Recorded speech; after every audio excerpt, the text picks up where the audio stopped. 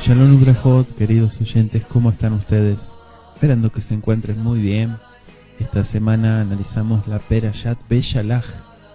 Iniciamos estudiando en Shemot capítulo 13, versículos 17 al 19. Y cuando Faraón envió el pueblo y no los trasladó Elohim por el camino de la tierra de los filisteos, porque estaba cerca, dijo el Todopoderoso: quizá se arrepienta el pueblo al ver guerra y regrese a Egipto. Y armados ascendieron los hijos de Israel de la tierra de Egipto, y tomó Moshe consigo los huesos de Yosef, el cual había juramentado a los hijos de Israel diciendo: ciertamente les recordará Elohim y harán subir mis huesos de aquí con ustedes.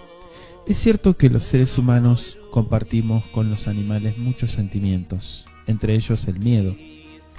Vivimos envueltos en temores. Algunos se deben a amenazas reales, otros son irracionales. Muchos de ellos se deben a factores incontrolables, podríamos decir. Estamos rodeados de fantasmas que, por más que sepamos conscientemente que solo son espectros y sombras, no los podemos alejar. De ser un estímulo para nuestra defensa, a veces se convierten en una verdadera tortura paralizante. Los 3 versículos citados de la Perashá de esta semana nos llevan ante nuestros antepasados que habían visto los prodigios del Éxodo y Yetziat Mitzrayim e iban armados cuando salieron de la esclavitud. Con sus armas hubieran podido protegerse de sus enemigos, pero Kadosh Baruj Hu entendió que debía conducirles por largas y complicadas rutas, no sea que ante la primera batalla se asusten y regresen a la esclavitud, de la cual habían salido hacía tan poco tiempo. Llevaban sus armas, pero se sentían desamparados e indefensos.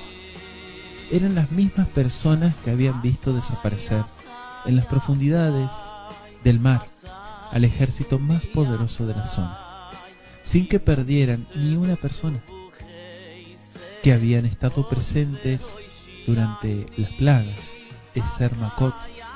Todo ello no fue suficiente para brindarles confianza. La cercanía de los 2 versículos parece desear enseñarnos algo muy importante y difícil de entender. Y por si ello fuera poco, el tercero nos relata que Moshe tomó los huesos de Yosef y los llevó consigo, durante esa epopeya, como si no tuviera suficiente labor frente a sí. Esos esclavos redimidos no habían podido sacarse de encima los resabios de su estado de inferioridad. Su espíritu estaba tan bajo que ni siquiera los milagros y las maravillas de los que eran más que conscientes podían ayudarles a superar sus suspicacias y desconfianza. Sus acorazados, sus lanzas, sus escudos, toda la parafernalia que llevaban Hamushim armados, dice el texto, no conseguían fortalecer sus corazones. Eran débiles de espíritu. El Todopoderoso comprobaba de qué manera quienes estuvieron tan cerca de la revelación no fueron capaces de entenderla, de asimilarla. Que la fe no tenía nada que ver con la comprobación de las maravillas y las señales. Esos ex esclavos no podían independizarse para presentarse libres ante él, pero igualmente los amaba y los comprendía. Por eso, en lugar de renegar de ellos, decidió llevarles por un largo camino, para que pudieran por sí mismos llegar a la certidumbre que alguien superior lucharía por ellos. Esa generación no podía luchar porque carecía de todo lo que el profeta Zacarías, en su libro, el capítulo 4, verso 6, había planteado a Zerubabel.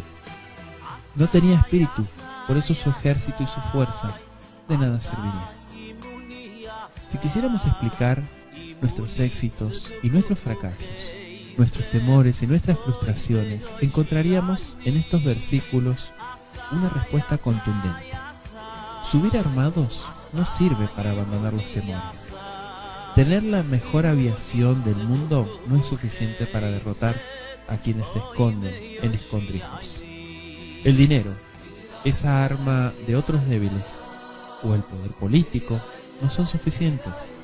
¿Qué le queda a esa generación para poder triunfar y llegar a la tierra prometida?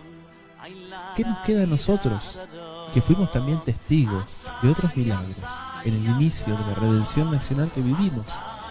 Testigos de infinidad de sucesos que pasamos en la vida conducidos por la mano del Todopoderoso, de esa providencia. ¿Qué solución podemos aspirar? La respuesta, querido oyente, está en el tercer versículo que hemos citado. En Moshe, en el líder, en el maestro, en quien ve los detalles, en el humilde. Moshe no abandona el cadáver de Yosef. Tiene infinidad de obligaciones, pero no renuncia al compromiso que el pueblo adquiriera. Yosef había anunciado que Elohim aparecería y que su presencia podría ayudar. Él conocía a sus hermanos. Moshe lleva consigo el ejemplo del tzadik y con su osamenta les dice a toda su generación que pueden emprender camino. Hay quien los elevará. Si saben interpretar que aún después de muerto quería llegar a reposar en Israel, Moshe enseña que no se dejan cadáveres en el camino, que se cumple con la palabra enseñada. Y si los restos de Yosef habían llegado hasta allí, iban a llegar al destino exigido. Moshe recurre a ese mandato del Espíritu. Él sabe que la fe regresa a veces por pequeños actos. Los huesos de Yosef son más poderosos que todos los armamentos que lleva el pueblo. Tal como poéticamente ha dicho el pueblo de Israel sobre el versículo "el mar lo vio y huyó".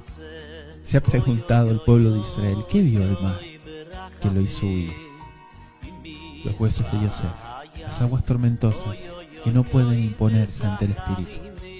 El temor del individuo se supera aplicando la receta del profeta Irmía en su capítulo 17, versículo 7, que dice: bendito el hombre que confía en el Todopoderoso, y el Todopoderoso será su confianza.